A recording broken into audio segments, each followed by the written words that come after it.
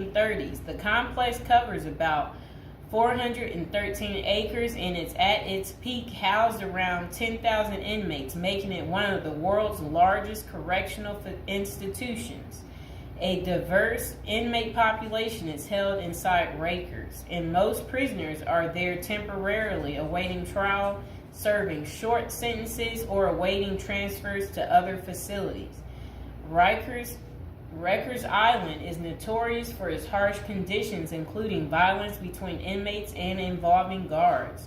Reports of abuse, neglect, and corruption among staff have been frequent. The treatment of inmates with mental health issues has been a particular concern, with critics arguing that the facility is ill-equipped to handle such cases appropriately.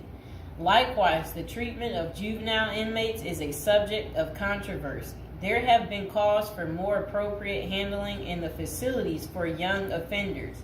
Numerous lawsuits and human rights investigations have targeted the conditions at Rikers Island, often focusing on issues like solitary confinement, the use of force by guards, and the prolonged detention of inmates awaiting trial.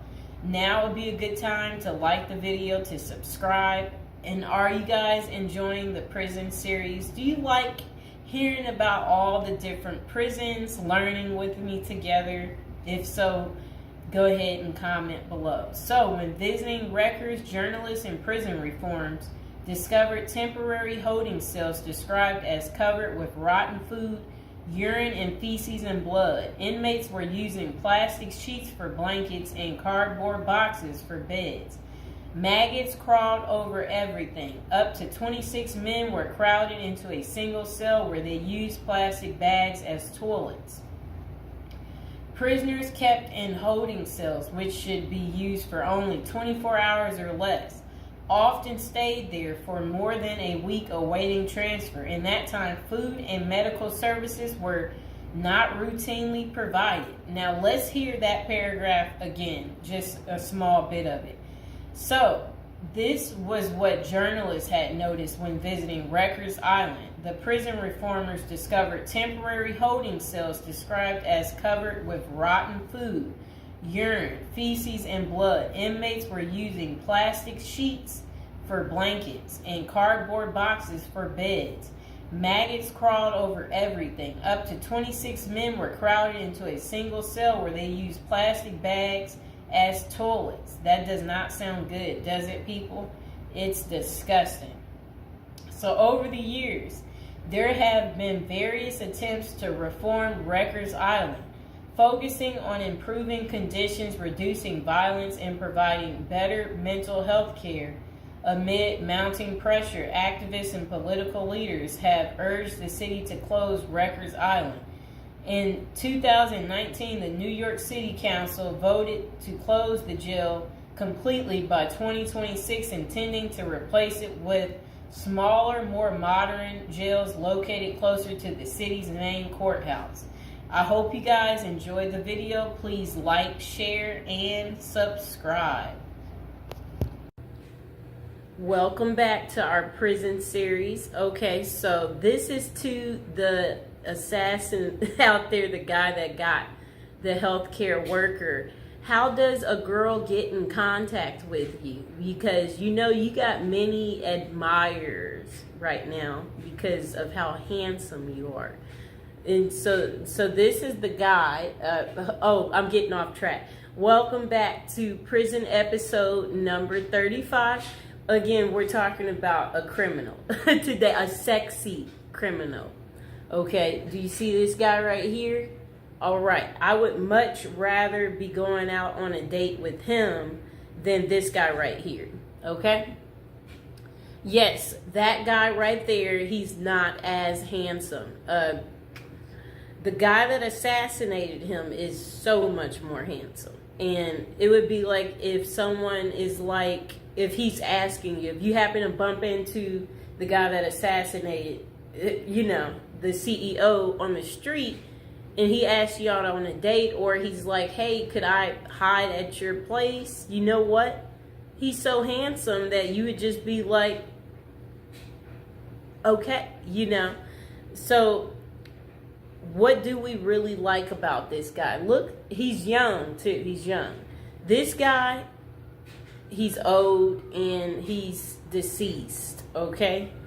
One's alive. That's what we like about that guy. And one's not, okay? And, you know, the deceased stink, if we can be real about this situation. Yes, so one is handsome and one is not handsome.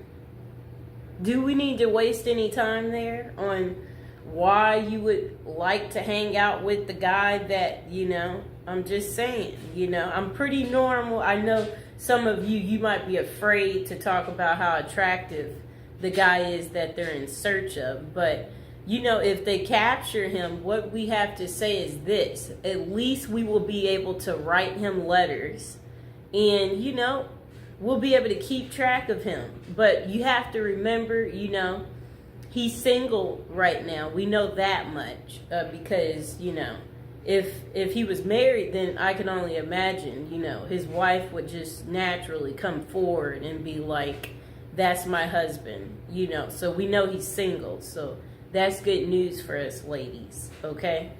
You know, but I mean, well, let's not fight over the guy, you know.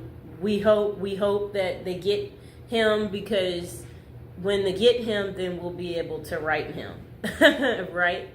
And yeah, we imagine that he has so many admirers.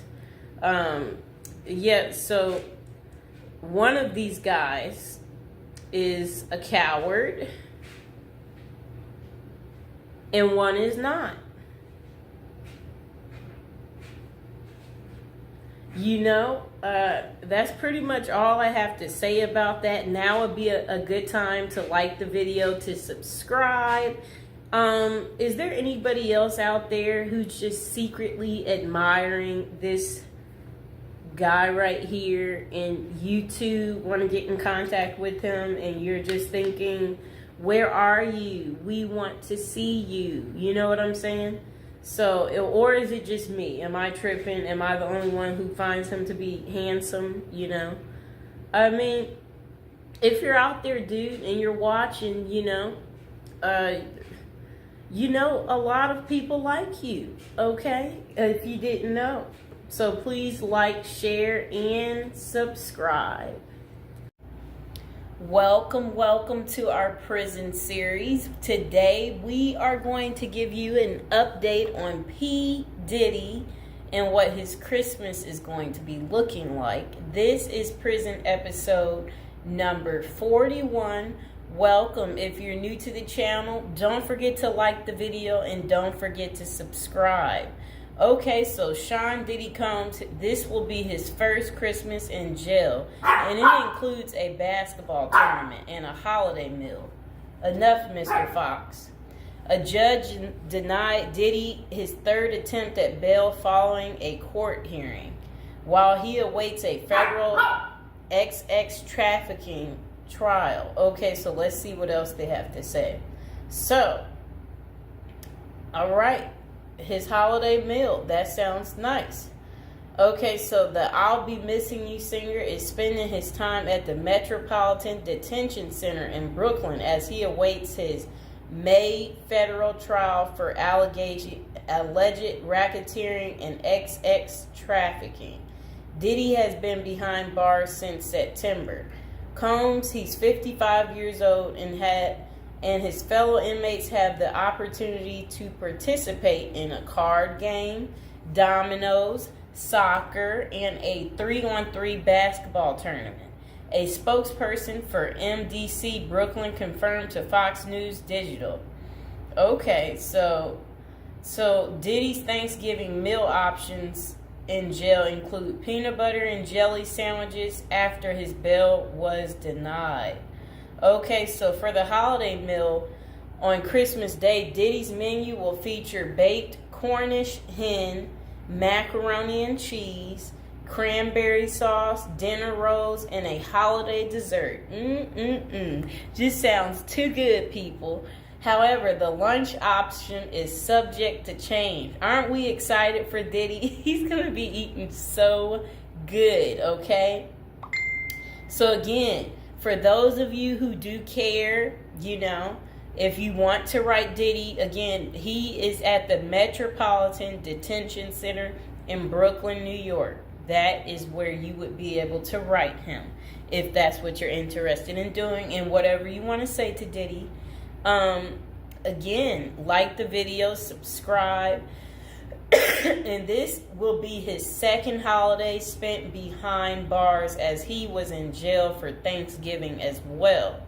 For breakfast, the menu included fruit, cereal, breakfast pastries, and skim milk. Coffee wasn't listed as an option, though it was available earlier that week. So lunch was served as the Thanksgiving meal for Combs and his fellow inmates, with a turkey roast, mashed potatoes and mixed vegetables, cranberry sauce, turkey gravy, dinner rolls, and butter. Assorted holiday pies were available for dessert, and if an inmate needed a meatless option, they could opt for hot and sour tofu. That was what his Thanksgiving was like.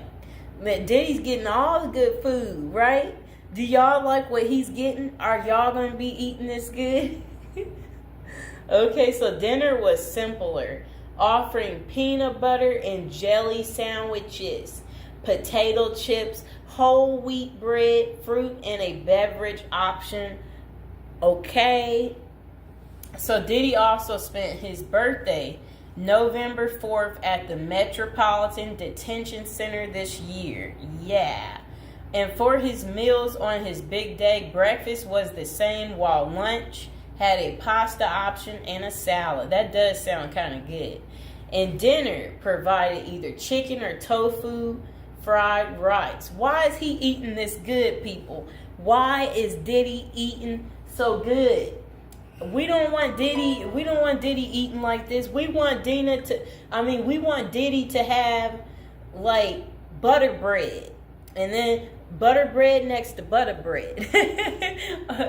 and burnt up hot dogs. We want him to have burnt up hot dogs. That's what he should get. We want him to get stale potato salad, and then spoiled rice, right? Like stuff like that. For the homeless guy I talked to the other day, he hated spinach, so maybe that's what they need to give him. Give him some spinach. I don't like beans, so feed Diddy beans. So he can be on the toilet all day, right, people? And again, now would be a good time to like the video, subscribe to my channel.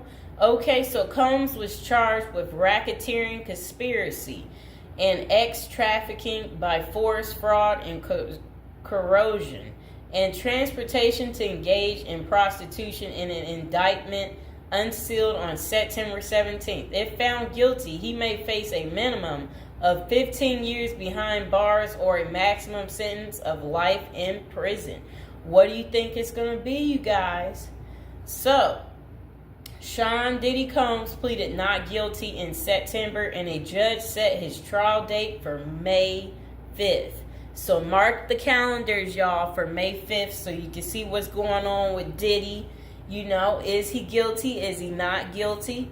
We're going to have to wait and see. So authorities say Combs ran a criminal enterprise through his businesses, including Bad Boy Entertainment, Combs Enterprises, and Combs Global, among others. He used firearms, threats of violence, verbal and emotional, physical, and lots of other abuse to fulfill his sexual desires, according to the unsealed indictment previously obtained by Fox News Digital.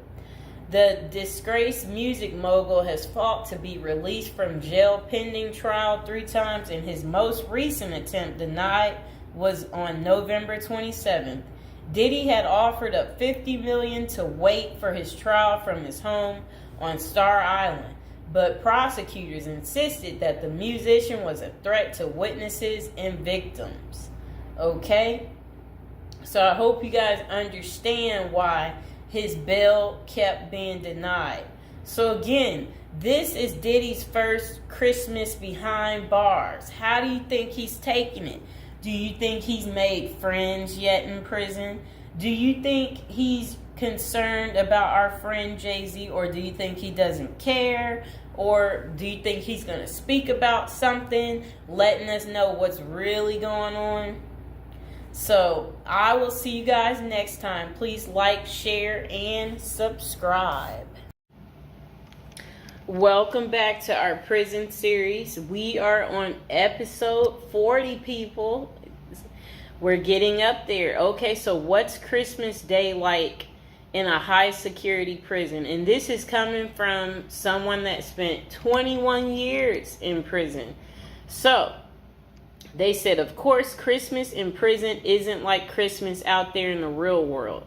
But at the end of the day, it's still Christmas, and the effort is made at some institutions to make inmates feel the holiday cheer.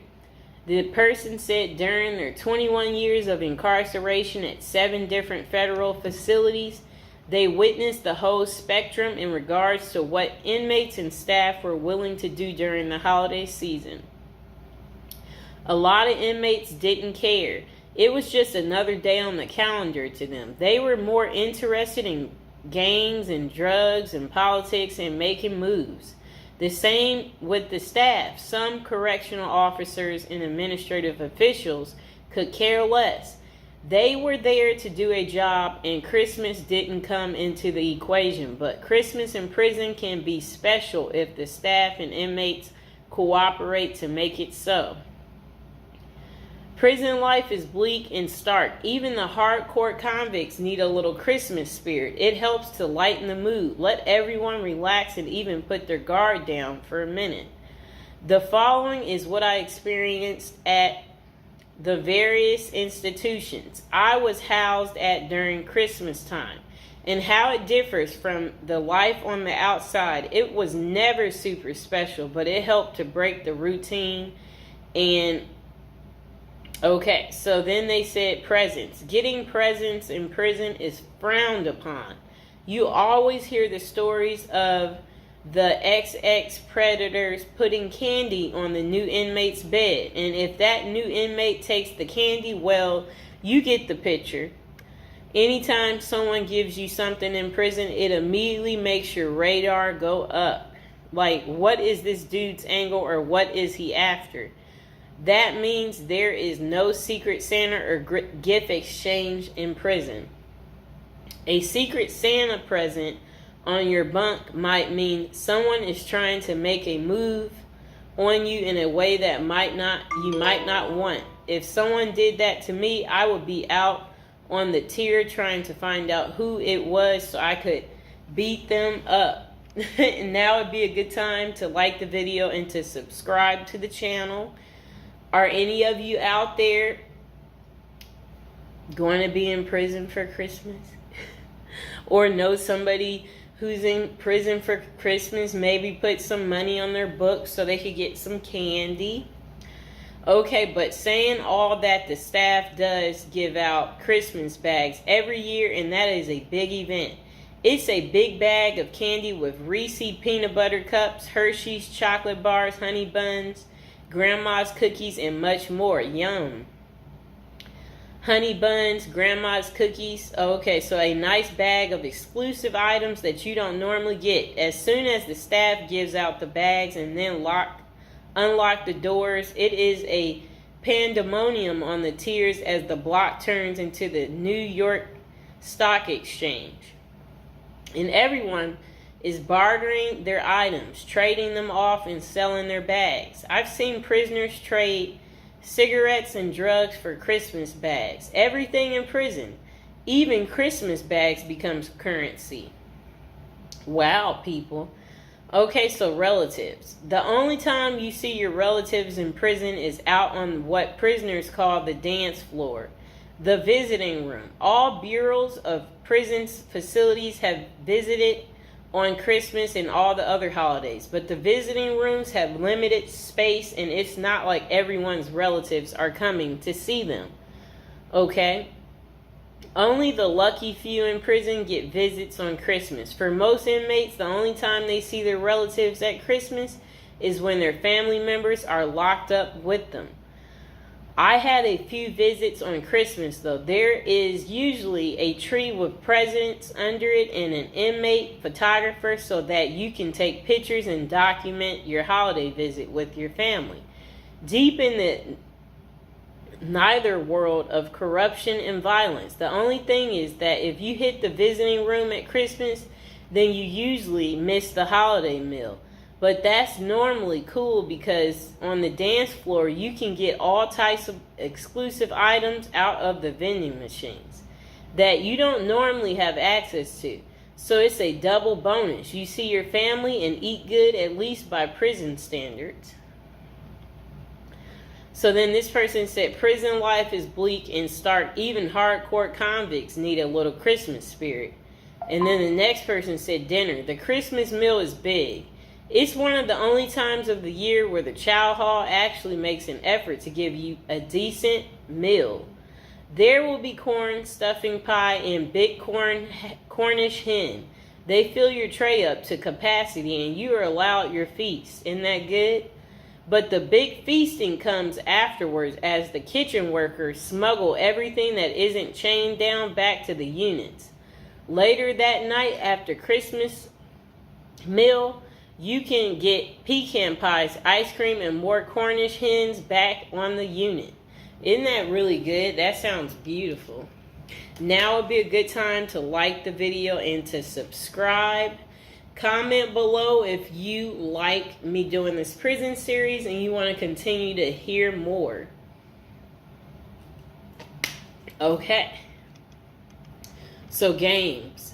In the game rooms, the prisoners go hard on sports. The NBA games dominate the television at Christmas.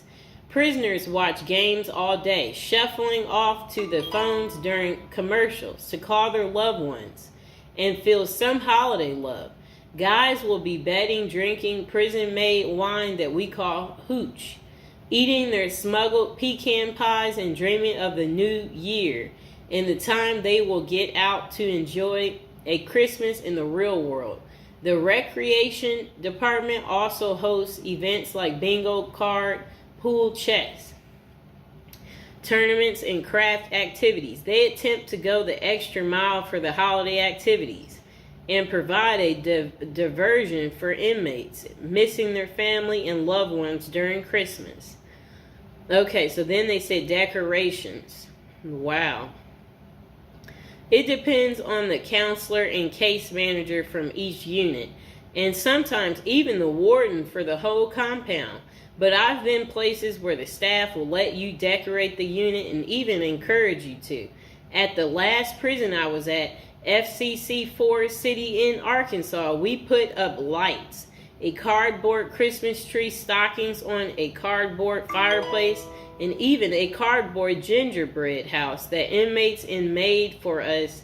Inmates made paper snowflakes and hung them from the ceilings. Put cutout stars, crosses, and Santa Claus on the walls. It was rather festive unit. My bunkie even made a little cardboard Christmas tree that he put on his locker. He painted it and rigged it up a light.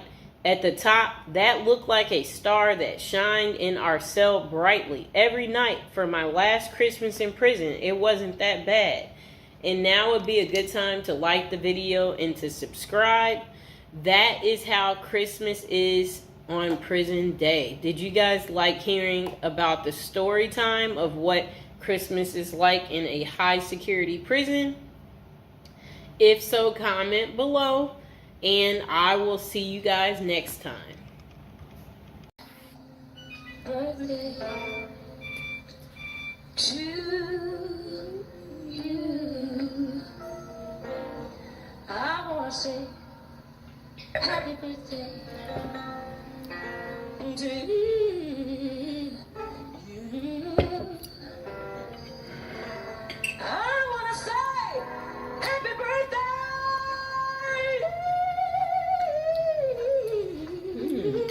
That's really good. Mr. Fox, have some of the birthday cake, Mr. Fox. Come here. He's going to have some cake. Got to share the cake with the fox. You're welcome, baby. Me and Mr. Fox, we want to both be famous together. More popularity. More famous than the previous year. This is our shine year.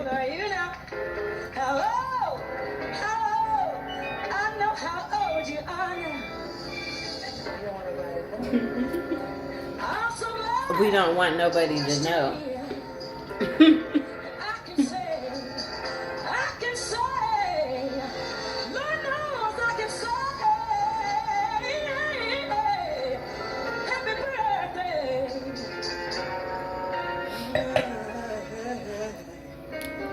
Happy birthday to you.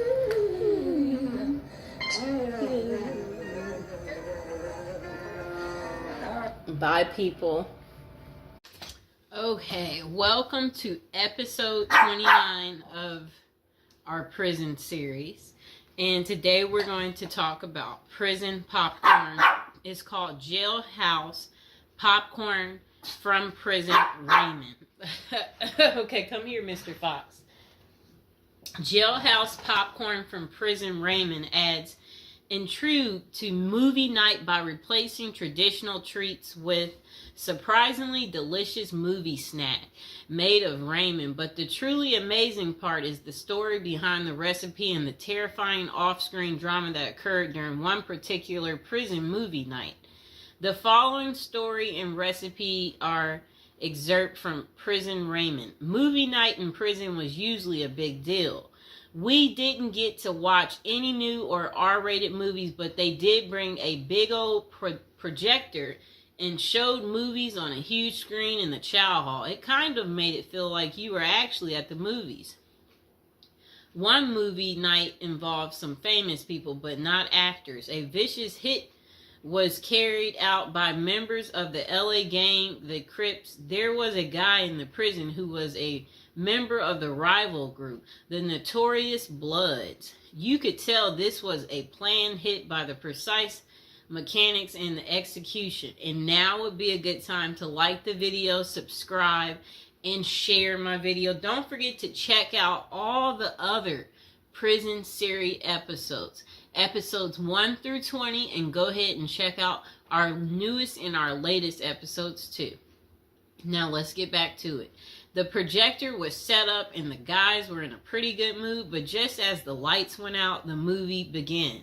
The soundtrack kicked in and got loud. That was the cue. Right next to me, there was a sudden movement, and I saw the guy I knew to be a Crip. But his hand over his blood's mouth was as he simultaneously sliced his neck with one smooth, quick motion before the lights came on. The assassin was out of the chow hall, nowhere to be seen. That night, nothing that happened on the screen matched the drama around us. Jailhouse popcorn. Here's the ingredients. 1 pack of chili flavor Raymond. Note, chili flavor Raymond is best for this recipe. Other flavors just don't do it. So Jailhouse popcorn ingredients. 1 pack of chili Raymond flavor. Note, chili Raymond flavor is the best for this recipe. Other flavors, they just don't do it. Okay, so the instructions. Crush the Raymond in the wrapper. So if you got Raymond noodles, you just bang it up, crush it up. Open the wrapper, one end only, and take out the seasoning packet. Take that out. Sprinkle the seasoning into the crushed Raymond. Close the bag and shake it until the seasoning is distributed. Okay, so this is what you do. The instructions to make Jailhouse popcorn. Instructions. Crush the Raymond in the wrapper. Then open the wrapper on one end only and take out the seasoning pack. Sprinkle the seasoning onto the crushed Raymond. Close the bag and shake it until the seasoning has distributed throughout all of the Raymond. And that pretty much is how you make Jailhouse popcorn. I hope you guys enjoyed the video. Please like, share, and subscribe. Okay, welcome back. We are on prison episode number 8. So today we'll be talking about how to prepare to go to prison if you know you're going. So prison is all the rage in Hollywood. We've all seen Oz, the Shawshank Redemption. Orange is the New Black, and Con Air. Their creators got some of the facts right, but they don't tell you how to prepare for prison, do they? If you're going to prison, our goal is to help you in your preparation for incarceration journey. So that's what we want to talk about to help you out. And if you're interested in learning more about prison life and how to prepare, they said online they have a copy of a book. It's like a little pamphlet, Federal Prison Handbook. And if you guys really need it, go ahead and comment below, and while you're thinking about it, subscribe. And I should be able to include some type of link below to hopefully help you. I hope I don't forget to put it down below. Or consider hiring Zukis Consulting Group to assist you in preparing for going to prison. Whether you will serve 6 months or 6 years, the tips discussed below will help you prepare for your time in prison. You can also book a free initial consultation to speak with a prison preparation coach today. For those with little experience with the criminal justice system, the notion of time behind bars can feel overwhelming. It can feel as though there is nowhere to turn, and any information you read online seems to contradict other information you've seen. We've included useful basic information below on preparing for prison to cut through all the misinformation. So they had created, it looks like a table of contents. So I'll read the table of contents. How to prepare for prison. Going to prison. Steps to successfully prepare for prison. Learn about federal prison. Federal prison facilities. Minimum security prisons. Federal prison camps. Low security prisons. Medium security prisons. High security prisons. United States Penitentiary. USPS. Administrative security prison. Research your Pacific prison. Arrival and personal property. Money in prison. Communication in prison. Get in good physical shape. Get your affairs in order. Preparing your family for incarceration. Appointing a power of attorney. Designating your point of contact. Resolving your medical and dental issues. Creating a list of contact details. Authoritative information about going to prison. Life in federal prison. Stay out of prison politics. Keep yourself busy. Wow.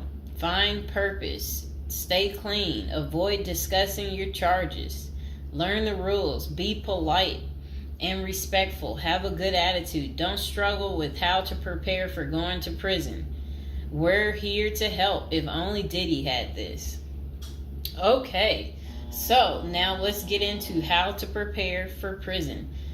It's essential to prepare in advance if you have been convicted or pleaded guilty to a criminal offense and are waiting for sentencing.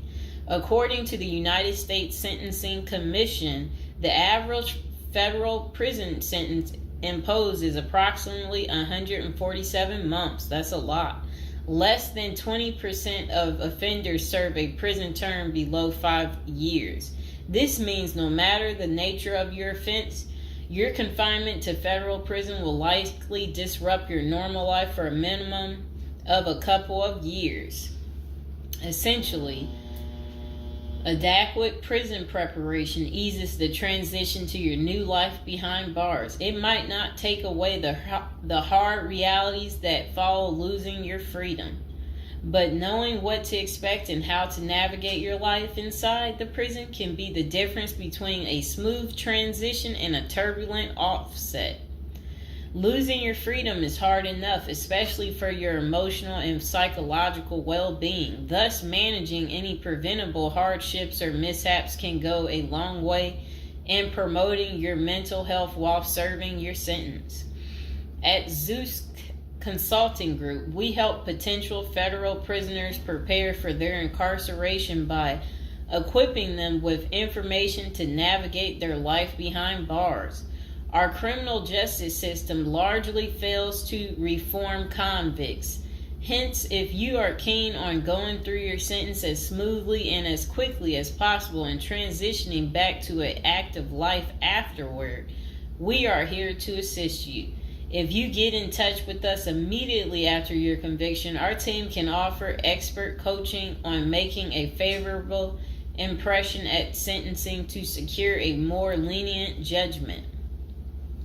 In addition, we coach our clients on how to live a meaningful life during confinement by cultivating their abilities, keeping them out of trouble, and developing an excellent record. These are essential factors that can enhance your overall life in prison and improve your chances of serving a shorter sentence. Okay, now let's get to the part talking about going to prison, steps to successfully prepare for prison. At the Zuski's Consulting Group, they walk through the various steps you need to take adequately to prepare for a smoother transition in your life in prison. Generally, criminal conviction comes with potentially life-changing consequences, and the period before incarceration is the hardest for most people and their families.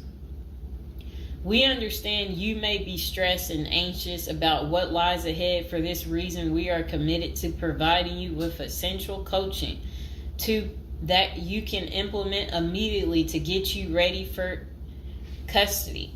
Let us take a look at some of these preparing for incarceration tips.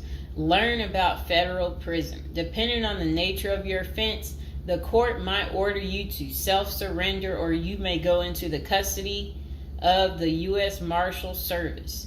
Whichever way, you need to arm yourself with knowledge on what to expect in the federal prison you report to.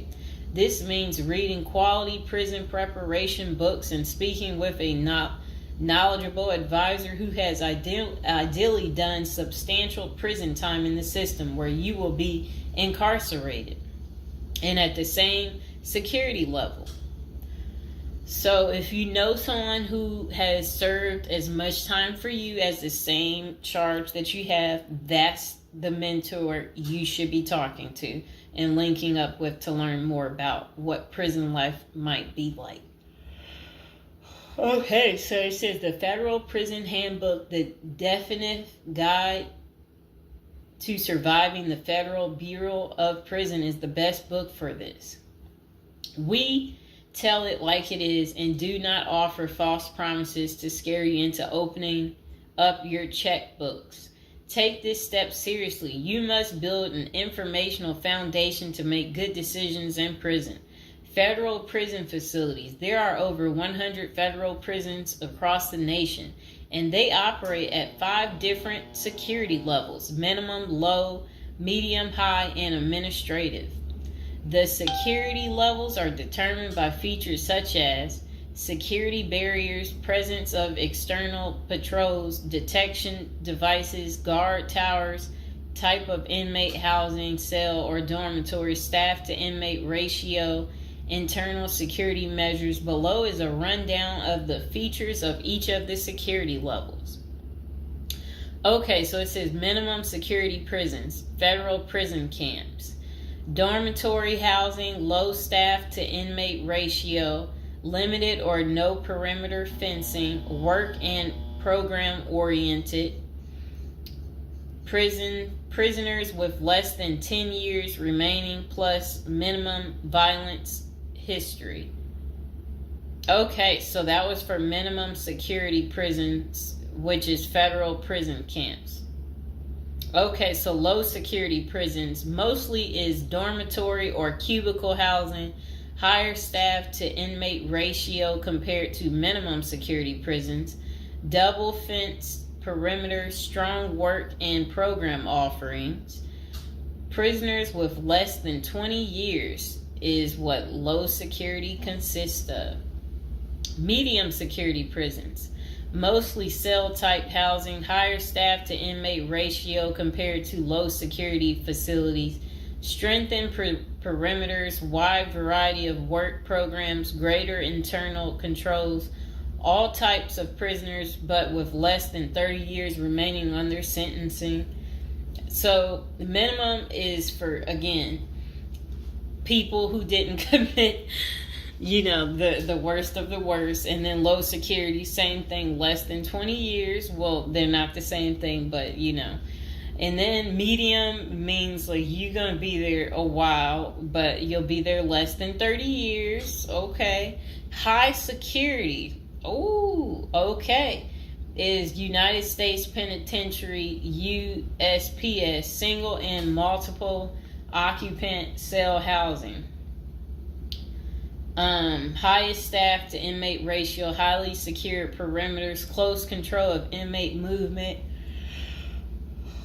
all types of prisoners, but sex offenders and informants are highly likely to be victimized. Administrative security prisons. Administrative security federal prisons have special missions. For example, pretrial offender detention, treatment of seriously or chronically ill offenders, confinement of escape-prone, violent, or extremely dangerous inmates. So that's administrative security prisons. So, all right.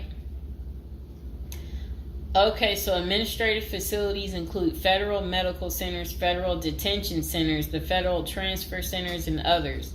Please see our Administrative Security Federal Prisons page for more information about these institutions.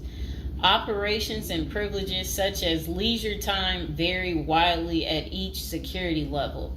At the Zuskis Consulting Group, we can help you understand the implications of being held in any prison, regardless of the security level. But generally, through the Federal Bureau of Prisons, BOP, ultimately decides where to confine you. Your attorney may request your designation to a facility that best fits your needs. Okay, just a moment.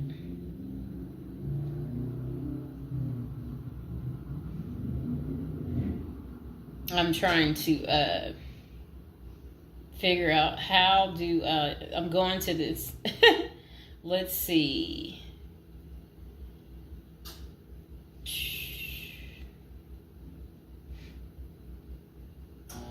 Know why I keep getting these numbers calling. Okay, back to where we were. Research your Pacific prison. If you are ordered to surrender, go to our federal prison profile section and locate the Pacific profile of your upcoming prison. Once there, you can read about the particular prison and life therein. You can also download the prison's admission and orientation handbook and commissary forms. These will provide an overview of opportunities available at the prison and protocols for education, recreation, housing, health, psychology services, and more. This is a valuable Prison Pacific information that can be very helpful in your journey in preparing for incarceration. Okay, so arrival and personal property. Whichever prison facility you are designated to, prison staff from medical case management and psychology services interview and screen you upon arrival. Later, you join the admission and orientation program for formal orientation into the facility's procedures, programs, policies, and services. Moreover, BOP restricts the personal property you can take when entering the prison or retain during your stay. Criminal defendants who self-surrender to their institution may keep the following items: plain wedding band, plain earrings for females, legal documents, orthopedic or medical devices, approved religious items, prescription glasses. While you surrender in your civilian clothes, you will be given an option to throw the clothing away, donate it, or mail it home. The prison issues you clothing, bedding, and hygiene items upon arrival. In addition, you may purchase items such as shoes, recreational clothing, food items, personal care items, and others from the prison's commissary. Sounds like the military. Once you are in custody, there are specific guidelines regulating possession of any of these items. We at the Zuski Consulting Group can help you get ready for custody by explaining these processes and privileges. Money in prison. You can have money in federal prison, but the funds remain in your inmate trust fund account. These funds may be used for commissary purchases, telephone, email, and other authorized activities. Appoint someone you trust to act as a business or financial manager. Your spouse or attorney or close friend, you may want to give this person power of attorney and arrange for the bank to allow them to make withdrawals from your account. Arrange to have them send money monthly or quarterly if you can afford it. Ask for between $400 and $700 a month. This will allow you to spend $360 at the commissary each month. Use a maximum of 300 minutes of phone calls each month. Purchase MP3 player songs and use the BOP's inmate email system.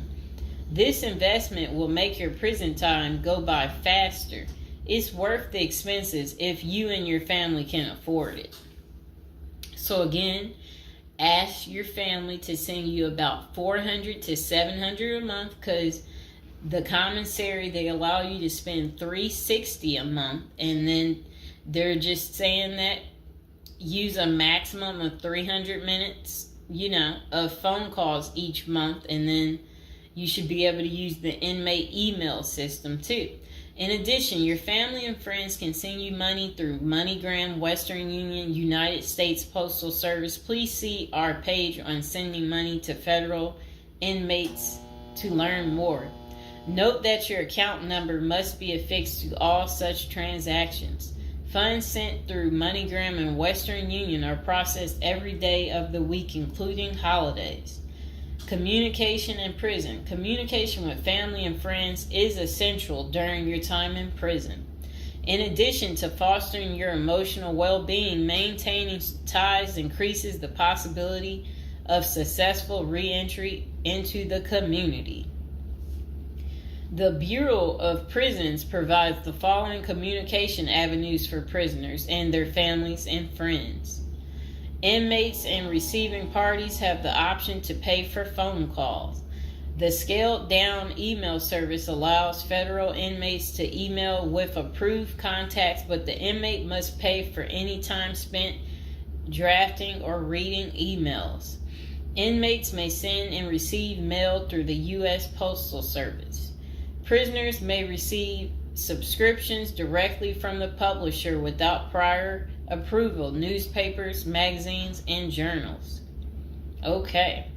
Get in good physical shape. Exercise has immense health benefits, both physical and mental.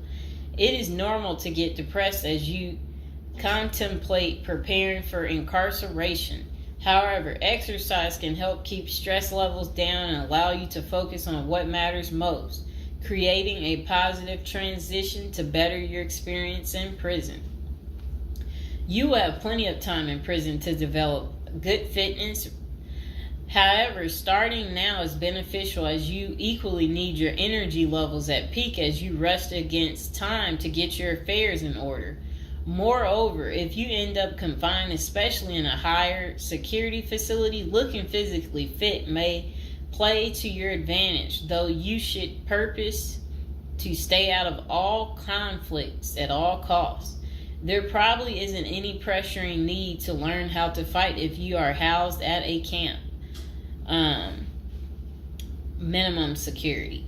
or low security federal prisons. But if you're headed to a higher security level, you may want to hire a personal trainer to become as fit as possible, even if that just means looking tough. So if you're at a higher security level, you might encounter more threats. That's what they want you to know. While we don't advocate employing violence, conflict avoidance is almost always the best answer in prison. It's not the worst idea to consider taking self-defense classes to learn how to protect yourself. This is essential piece of how to prepare for prison. Violence in prison is genuine concern, and people do get hurt. A fight is never a good idea, but you need to prepare in the event of everything going wrong and escalating into conflict. Get your affairs in order. Going to prison is the last thought on anyone's mind. Even when your case goes to trial, you always hope there's a chance of fighting the allegations and winning the case or earning a lenient sentence. That does not involve imprisonment. It is understandable if you are still in denial and hoping the case might turn out favorably. However, denial only works against you, as it may hinder you from taking advantage of the short time you have to get your affairs in order. Before losing your freedom, even if there is a slight chance of getting a lenient sentence, preparing for prison is essential if things don't go as expected. Some of the matters you need to take care of include preparing your family for incarceration. Your family will be devastated by the idea of you being locked up and the potential dangers it might subject you to. It may take a while before they come to terms with the likelihood of living without you. However, you need to sit down with them and discuss life without you. If you are the primary provider, you may need to organize how bills will be paid in your absence. This may even mean working at downsizing the family's lifestyle if there are not enough funds to maintain the same lifestyle. If you live alone, you need to make arrangements for your property so that debts do not accrue in your absence. If you have young children, they may not understand the long-term implications of your absence at the moment, but it will soon affect them, so you need to plan the best way to help them cope. Consulting a psychologist is vital, as they can suggest ways to help both you and your family cope in the short and long term. Lastly, it would be best to inform your family that they can reach you either through email or written correspondence. They should also expect you to call them regularly or through video visits whenever possible. While preparing for incarceration is critical, maintaining family contact while you are away is equally as important. Okay, next is about appointing a power of attorney. Generally, a power of attorney grants another person the ability to control your affairs in your absence. This could be your spouse, parent, child, sibling, or trusted friend. If you appoint someone other than your spouse, you could grant the power to two people who should consult each other before making any decisions about your affairs. This may eliminate conflict and guarantee extra safeguards against misuse of the powers. As you do this, ensure you draft a financial plan on how the finances should be utilized while you are in prison. You may also want to create a rough budget of your financial needs in prison and coordinate how the money will be channeled to your commissary account. Designating your point of contact. Before surrendering to prison, ensure you identify a primary point of contact. This could be a family member or a close friend. We can work with this primary point of contact as questions or issues arise. Additionally, this person will be able to better advise your family and friends of your status, location, and information. Please note that prison staff seldomly release information to family members. For example, if your family calls your unit team seeking information about your status or healthcare matters, they will not release information. With this being said, we have our clients sign a release information authorization, thereby enabling prison staff to disclose information to our team members. Next says resolving your medical and dental issues. Medical and dental services are available in federal prisons. However, they may not match the standards of your current providers. Care is often substandard, slow, and usually not forthcoming. This is a crucial element in preparing for prison. You will do yourself a big favor by dealing with this now and not waiting until you are in prison. If you have pre-existing medical and dental issues, get an evaluation from your doctor before surrendering. Likewise, it can be a very good idea to update your glass prescriptions and resolve any dental matters before surrendering. It can also be helpful to obtain complete copy of your medical records from your doctor. If you take any prescription medications, ask your doctor to draft a letter explaining what the medications are, and what underlying conditions they treat. While you can submit these documents to your prison's health service upon arrival, our team can also use these in cases of prison staff not adequately treating medical conditions. In these cases, it is critical that we have underlying documentation, as this helps us motivate prison healthcare staff. Creating a list of contact information. Before going to prison, prepare a list with contact numbers, mailing addresses, email addresses for all the people you may need to contact during your confinement. This way, you will not get stranded whenever you want to contact a particular person. Additionally, try to fit this contact list on one double-sided page. Many receiving and discharge officers will allow self-surrendering inmates to retain this page. If not, we also recommend our clients provide us with a copy of their contact list. We overnight this contact list to our clients on the day of their arrival. Authoritative information about going to prison.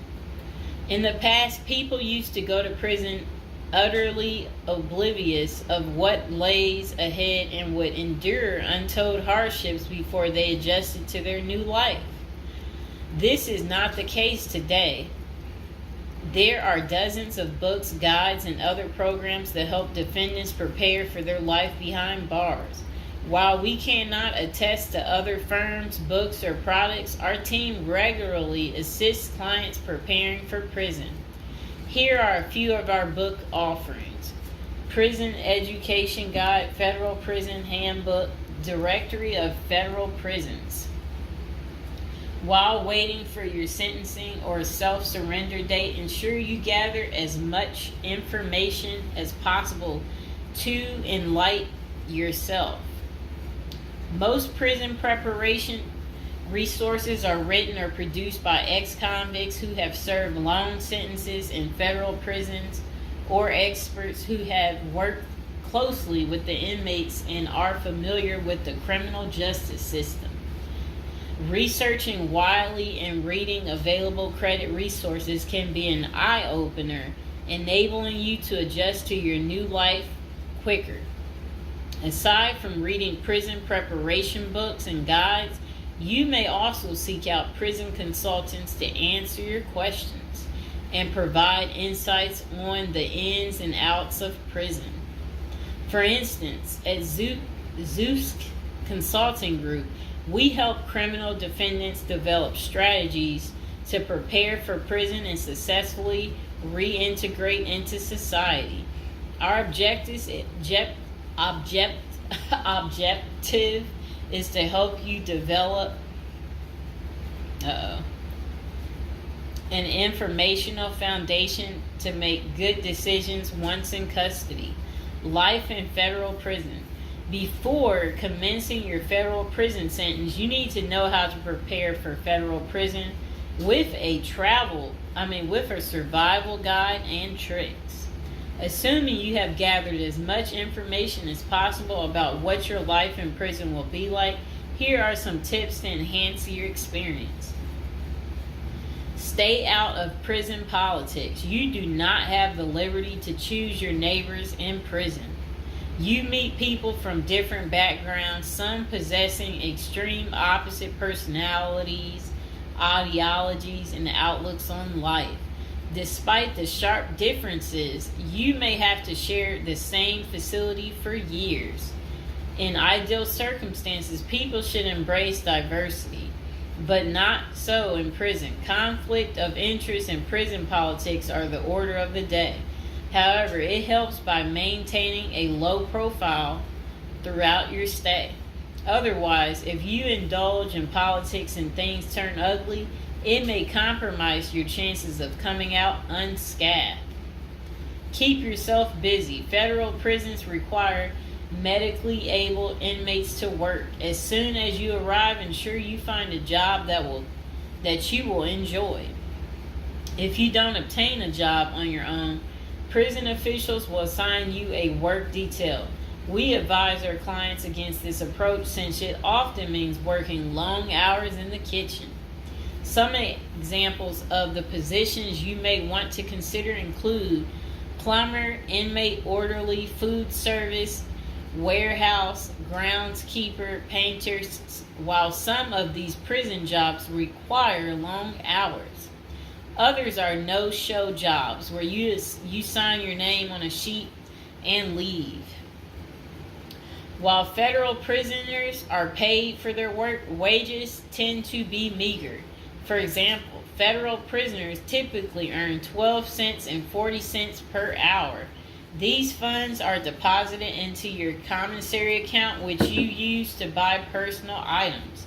I'll repeat that again. Oh, sit down, Mr. Fox. Sit down. Sit down, baby. Prisoners typically earn 12 cents and 14 cents per hour. Okay. Okay, that's crazy. So when in prison, find purpose. A period of incarceration equals a lot of available time on your hands, which can be positive or negative. It's your choice. Many positive activities in prison can help you find purpose in life, even help you improve your circumstances upon arriving. College correspondence courses, writing, exercising, and teaching in the prisoner's education department are just some examples of many activities you can become involved in, which will give you purpose. This purpose will help carry you through your sentencing. Okay. Pursuing a purpose during your time in prison can make your stay more meaningful and manageable. For example, you can learn a new trade, write a book, discover philosophy, find spirituality, or purchase other professions. Likewise, we help many of our clients further their education behind bars. Whether you are interested in college or career-based studies, our team can help. Okay. In addition to keeping yourself busy and avoiding falling into a depressive state, finding purpose behind bars may equip you with relevant skills for successful re-entry into the community upon your release. This is critical. If you work, you are prepared for a period of incarceration.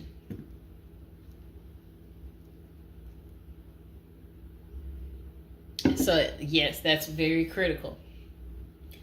Thinking through potential activities is a critical step in figuring out how to prepare yourself for jail. How you find purpose is up to you. One of our clients, a doctor before his incarceration, spent his time helping those who need physical therapy. Find something that works for you. It is a good idea to put a plan in place so you can focus on the day of release from the time you enter. Avoid discussing your charges. When first entering prison, many inmates receive the prison 411, Other inmates want to know who you are, your criminal charges, your sentencing, and other relevant information.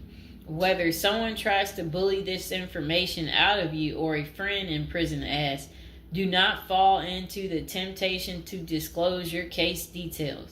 Many things can go wrong if you do so. For instance, a fellow prisoner could make a deal to serve less time in exchange for the information, especially if the details are incriminating. Also, the nature of your crime might cause you to be victimized, especially for sexual-related charges. Please contact us at the Zeus Consulting Group if you are concerned about these types of disclosures. We help clients charged with all manner of criminal offenses develop a strategy for addressing these sensitive matters. This is especially important for clients charged with sexual offenses or who have testified against others for a sentence reduction. Stay clean. However tempting the ideal of using drugs in prison may be, you should steer clear of them. This is a key area for in-prison conflict among fellow inmates. Likewise, inmates caught drinking alcohol or using drugs are often severely sanctioned. While this can be an appealing avoidance avenue, especially when struggling with depression, this is not the answer. Our team can help you develop better coping mechanisms. No matter how deep you descend, keep in mind that drugs are not the solution. If anything, they are likely to aggravate your mental condition. Always remember there are far better coping methods such as remaining physically active, finding purpose, keeping in touch with family and friends, if possible, and seeking professional counseling. Moreover, no matter how smart you are in concealing drugs, it is only a matter of time before the guards catch you. And when that happens, it may spoil your efforts of maintaining a clean record and dash any hopes you may have for an early release. Getting addicted also raises the chances of being indebted in other prisoners, bringing you into deep trouble and potentially making your life in prison intolerable. Learn the rules. Ignorance is no defense for prison rules, for prison rule violations. Even if you did not know they existed, breaking rules in prison can get you into serious trouble. Educate yourself as much as you can about the prison system, and particularly your upcoming prison facility. If possible, obtain a copy of the official rule book and read it thoroughly. And note, the team at the Zeus Consulting Group regularly defends clients in prison disciplinary hearings. Our team can research the underlying incident, draft a statement for you to issue to the disciplinary and manage all internal appeals challenging a conviction. Then it says, be polite and respectful. Prison staff is often overworked and inmates tend to be depressed or otherwise dealing with personal issues. Since serving time in prison is often unpleasant, practicing active conflict resolution techniques is important. Tempers are likely to flare quickly, and you do not want to step on anyone's toes. As a general rule, being polite and respectful is the best way to survive in prison, while reducing headaches and other interpersonal conflicts. Even when a staff member is unreasonably demanding, avoid engaging in actions that might make them feel challenged. Being polite and respectful can go a long way to making your time more manageable. Next thing is to have the right attitude. The moment you enter prison, your life takes a turn. You might lose friends, family outside of prison. Even those you did not expect to abandon you may just do that.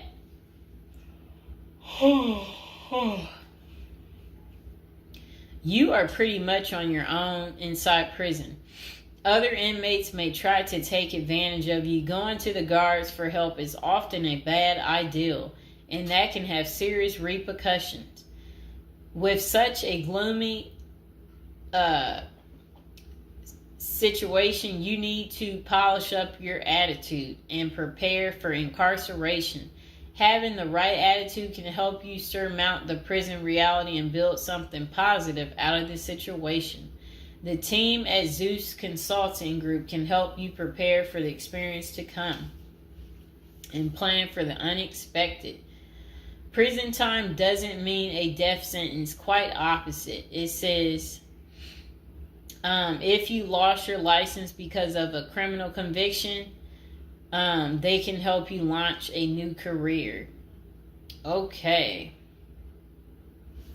So they're just saying basically there's no reason you can't leave prison without a degree or a better prospect for the future.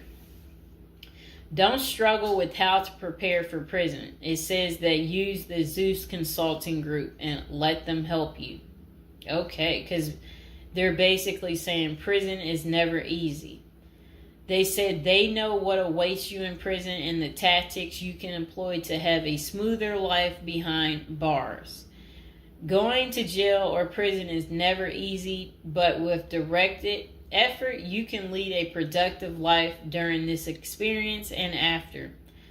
Okay, so that is pretty much how you prepare if you are going to prison.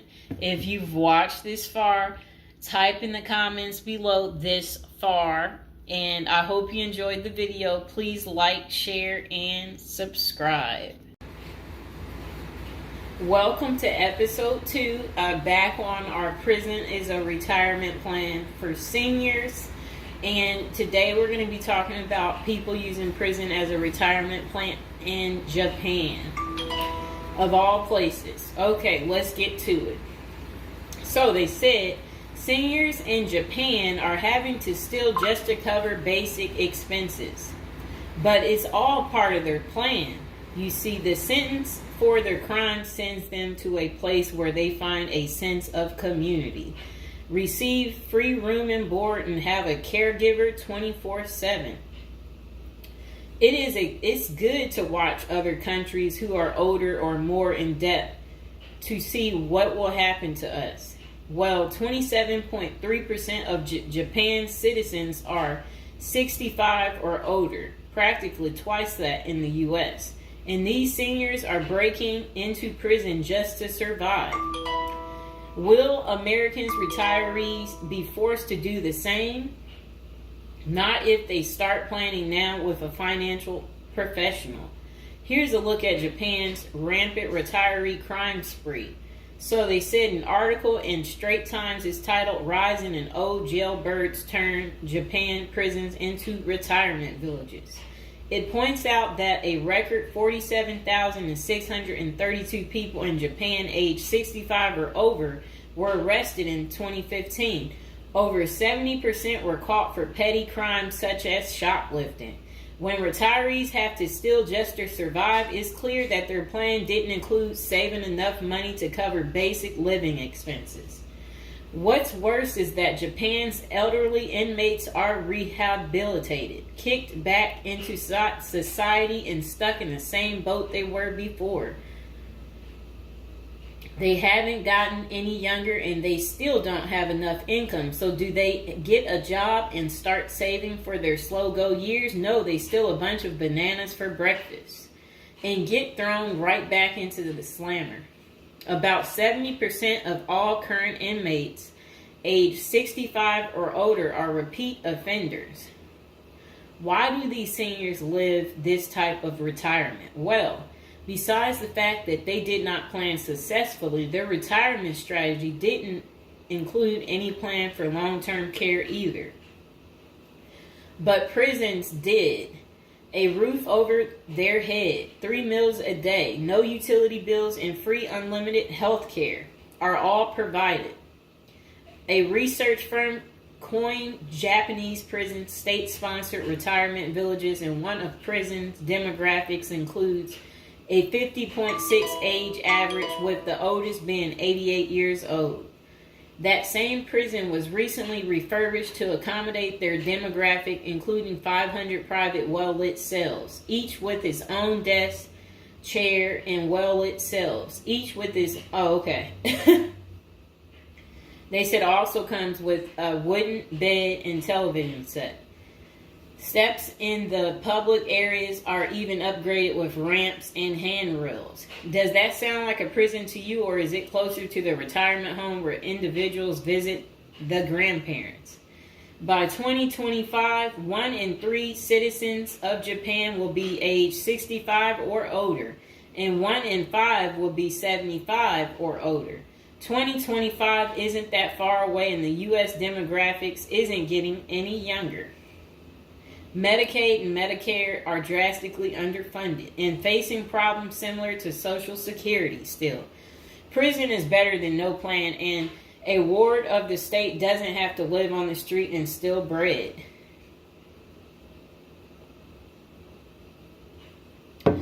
Okay, so that was pretty much the end of that. Do you guys feel sorry for them? Do you agree with it? Is this still your plan, your retirement plan, since you didn't plan? Or is it your backup plan? Is your plan A, plan B, plan C? Well, we will do another video about this coming up. Just be patient, and we will get to it, and we will find out if prison is going to continue to be the perfect place for you to retire. And again, if you're watching from prison or you were recently in prison, don't be afraid to like the video, subscribe, and comment below. Bye. Hello, welcome to our first episode. We're going to do a little storytelling about, prison, different subjects every day. Okay. So now we're going to be talking about people using prison as a retirement plan. It's a little odd, right? But the previous day I was doing videos on like retirement type of situations for people, and I was so shocked. So people were like, they ran out of money, and then they were like basically saying that their retirement plan, since they have no money, is to commit a crime so they can try to figure out how to pay, because they said they can't keep paying anymore because basically they don't have enough money and they didn't make the right choices when they were younger. Okay, so let's get into people's opinions online talking about prison as a retirement plan. Okay, so this person said, hypothetically speaking, of course, that said, I think prison as a retirement plan might be sound. 3 square meals, climate control, a bed and medical care, a decent library, assuming hardened criminals don't mess with the old guy, and relatively quiet time to read or write. Interesting. I think you could shop prison systems like you would a retirement home and commit the crime in the appropriate manner. Then this person said, help me understand how prison would be worse than a retirement home or sitting in front of a TV. And they're trying to say, yeah, prison doesn't have the cost. And here's Mr. Fox making his appearance like he usually does. You no longer have to pay taxes or have any costs associated with retirement. You can be completely reckless and not save up money to support yourself in old age, and you can enjoy life now. If you are lucky, you can work in the hobby shop all day making license plates. You can be terrible at that and still get food. You don't have to listen to an old lady nag every day before you argue that you won't be able to visit your kids. How many old people wait hopelessly for visits that never come? Card games in the yard, puzzles, crafts. You might even be able to paint or play music. I bet you could even find a personal trainer to keep your fitness up. There is always the outside chance you can get away with the crime and extend your reckless spending until you finally get caught. This could be the Gen X answer to the Social Security crash. Oh, I like what they're saying because, you know, they try to say Social Security will be gone for us once we reach a certain age, and I believe them. Because plus, we constantly hear about them talking about they're going to get rid of Social Security. So, might be true. So we got to plan ahead, right, you guys? So maybe I should take up tattoo artists as a hobby to prepare so I can get some extra smokes and a serving of Jell-O. Now, what crime do you commit and at what age? Embezzlement seems a solid choice, but I think you might need a life sentence to make this work. And then it says that it would be messed up to get kicked out of prison. Seriously, not serious. I don't think people get kicked out of prison. I think they get, if they have good behavior, I think they can possibly get out. Okay, so it says maybe a Fed club, laughing out loud. And another person said they liked that post. They said that's a nice thought. Then the other person said, what do you mean? That would be a problem for me because it's a lack of freedom and privacy. And the next person said, crazy but interesting concept. I have heard of the homeless committing crimes just to get off the street. And the courts read right through it and cut them loose. Interesting. That brisk morning stuff on the freezing stainless toilet and that toilet wine would round out a nice day. Laughing out loud. I guess they know how to make toilet wine. I think I would rather be in prison than homeless. If things were really bad, go on a robbery spree and hide the money for when you get out. Ha ha ha ha ha. And if you were to ask me, which would you rather do? Oh, that's terrible. Be homeless on the street or be in prison. Prison wins hands down on this one. The guaranteed bed and the guaranteed meal. The library, you know, the friends when you get your free time, you know, I'm just saying, I don't think the cold streets are for everyone. Okay, so this person said, I'm guessing these are also an issue in a retirement home, except you still pay taxes and rent. I have to guess, but gawking, the old guy is not going to be high on the list of pastimes for convicts. Spider is so wow, I don't think we want to say that. Okay, so this person is talking about people being taken advantage of in prison, so we will skip that part because the way they wrote it was inappropriate. So the next person, they showed a big guy and said, don't be wasting no soap, pick it up. So these are the kind of people that you will encounter. Okay, I guess he's the booty bandit. All right. To expand upon this, I would fly to Sweden and then do something at the bank I saw. You know what they was talking about. I saw a documentary on the Swedish prison system. It looked nicer than many retirement homes, laughing out loud. Then this person said, is this like a shining moment like Johnny in the Mountains, laughing out loud? This person said, I'd retire to a dirt cheap third world location before intentionally going to prison. This person said, I was just thinking that maybe I could piece together a few of my old friends and we could have a crew. Then we all go in together. Book club, card games, and coffee every morning. The crime is going to have to be digital because I'm not thinking in my old age I will be agile enough to carry a lot of loot. And then this person said, isn't that tax evasion, white collar crimes, and a pot grower? Heard they have a sweat lodge and tennis courts. I don't know where they have that.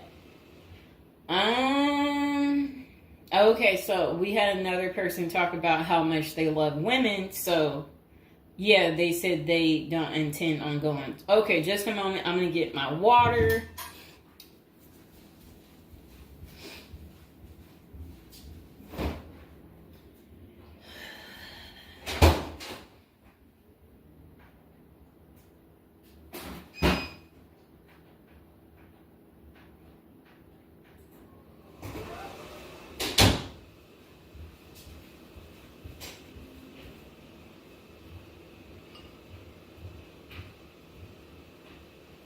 All right, it got a little hot.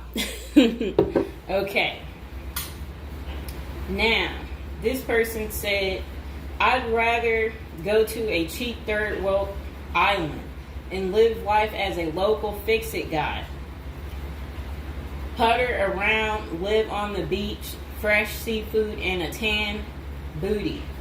It's a pirate's life for me, mates. Next person said, I took what looked like a shortcut one morning.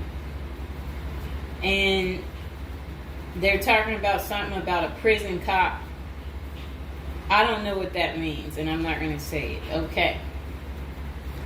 This person said a failed bank robbery would be pretty simple federal crime. On the other hand, I think even a basic social security check will go pretty far in the Philippines, Mexico, and Colombia. I think they're right for those countries.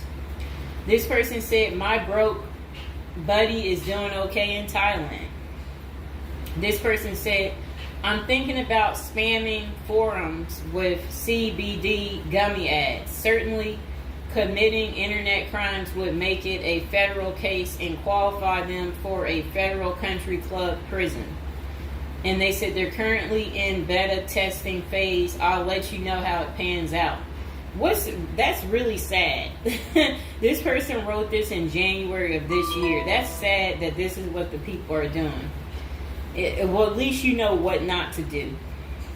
And then another person said, well, it worked out rather well for Otis. They showed a picture of some guy. I don't know who this guy is, but that's who they said it worked out for. And then this person said everybody has that one person that they weigh whether or not their demise would be worth a life sentence. And then this person said, well, nowadays, all you have to do is agree with Trump, like say over at the Capitol and post it online.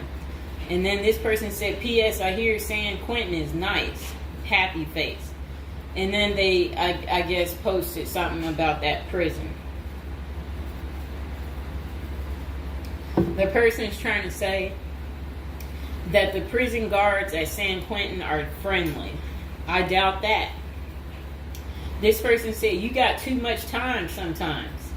And then this person said, I think if old age and life in retirement got so bad to the point I was considering prison, I would think I would eat a bullet first. Okay. This person says, take out a politician and live like an illegal immigrant. Better than the middle class nowadays. Whatever they mean there. This person said, first off, if you are a Gen X or younger, getting an SS payment, that crap is estimated to crash the year I qualified. We were taught that our senior year of high school back in the 80s, so we can't plan for that. Second, I think the chances for clean drinking water will be better in prison than in a third world country if you choose wisely. I didn't think about that. So stick to the U.S. prisons if you're really thinking about this. It said banks don't keep enough money these days. I think I will be too old to try and take down an armored car. Gotta go with a federal crime that is a light lift, maybe a Ponzi scheme. Does anyone want to pre-order a UTV? Question mark. This person said, might want to rethink your screen name if you're going with this plan of retirement. Just saying. Maybe something like Spider or Smiley, question mark. This person said, this is a nice big Ponzi scheme. Throw in some racketeering and evade federal income taxes. Just be sure. Plus you'll have a blast before you get caught. They did a little emoji with shades on the cool emoji. This person said if you land in a California prison, you even get yoga classes, free education, and you have a government-sponsored sex change. So you can end up in a female prison eventually. Rob, we won't say what they said there. Oh, wow. That's really sad what they put. You already know what they said if I stopped right there. Okay, hold on. The next person said, you're going to want federal minimum security. Identifying as a woman would have perks, but you would have to listen to your cellmates for the rest of your life with nowhere to go. This person said, we can tell that some of us have never been to prison now, can't we? And then this person said, only an inmate at RDP. I don't even know where that is. This person said, Social Security won't go away. It will just be reduced by about 25%. Hopefully all these millions of illegals will get work permits and start paying into the system so the cuts won't be needed. We'll still get something, but it will have the purchasing power to get us 2 Jersey Mike sandwiches a week, laughing out loud. Next person said, the unwanted being taken advantage of in prison is a hard no for them. So they don't want to go because they're not interested in being taken advantage of by the same sex. Okay, good reason. This is what goes on in prison. Next person said, I nominate this creep as a test mule for your plan. I always wonder what happened to the creepy banjo kid from the movie Deliverance. This person said, okay, it turned bad. Okay, so we won't read that post. This person said, here's a retirement plan. Go to Mexico, denounce your U.S. citizenship, sneak back across the border, get free phone and benefits, and I hear in Maine you can get a housing allotment and a stipend plus free medical. This person said, one of you guys that works for me is a Venezuelan expat. He and his wife have been building/buying houses in Colombia as investors. Crazy cheap. He spends a couple of weeks down there a few times of the year and doesn't spend squat. Usually the airfare is the most expensive part of the trip. And then this person said, hey, that was my college meal plan. I had about $20 a week. I'd pay a cold Subway sandwich and eat about 2-inch slice a day. And then store the rest in the fridge. And this person said, I have one list that has 2 people on it and another is a page long, whatever they mean there. This person said, only one problem is that Social Security was put in the public fund illegally, so it can never actually run out of money. Of course, no politician wants you to know that. Our good buddy LBJ is who you can blame. Next person said, sounds like someone has a secret desire to get their crap pushed in. Just come on, completely out of the closet, bro. This person said, I worked in that prison. Numerous others as well. There are no tennis courts. Myself and crew were with general population. Inmates actually were on my crew as well. The good behavior guys. The stuff you don't hear about is massive. Daily crap goes down. We got locked in a security armory for hours as a riot/fight started.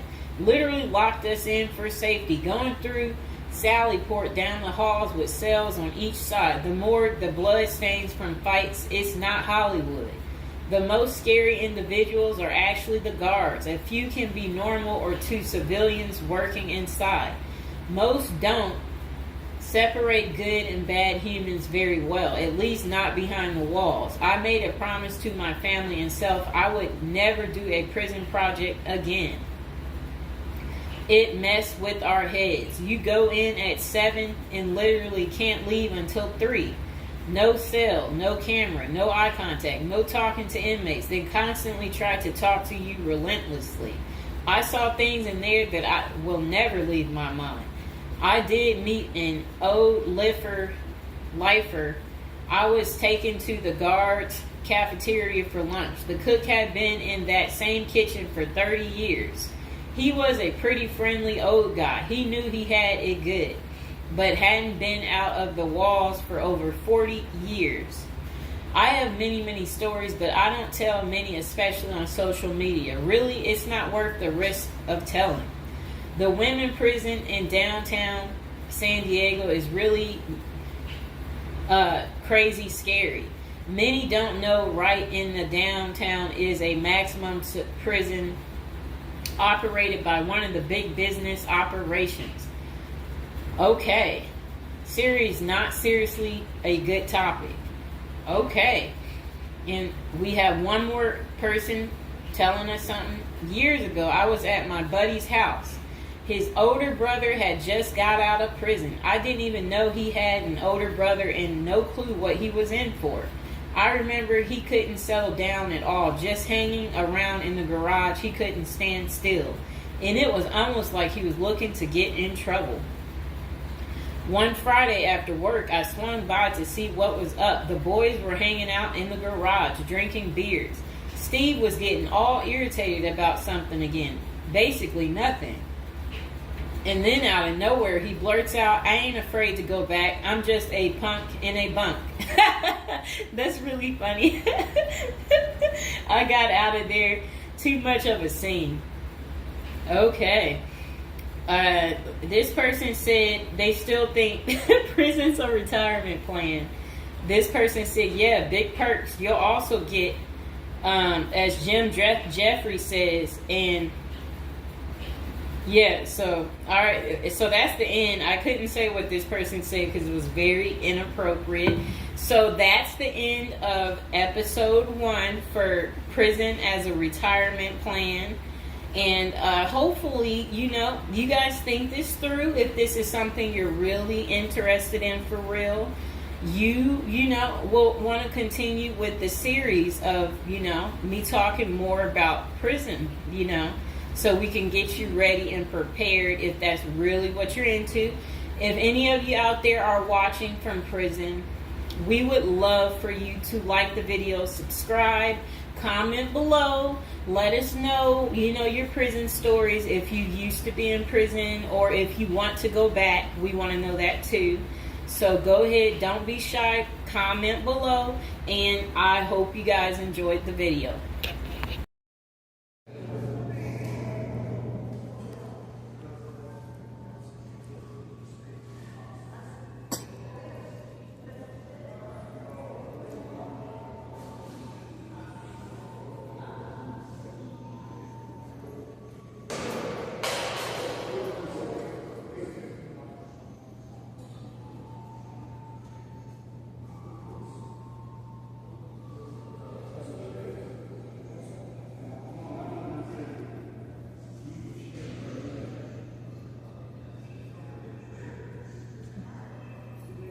Give me the hand.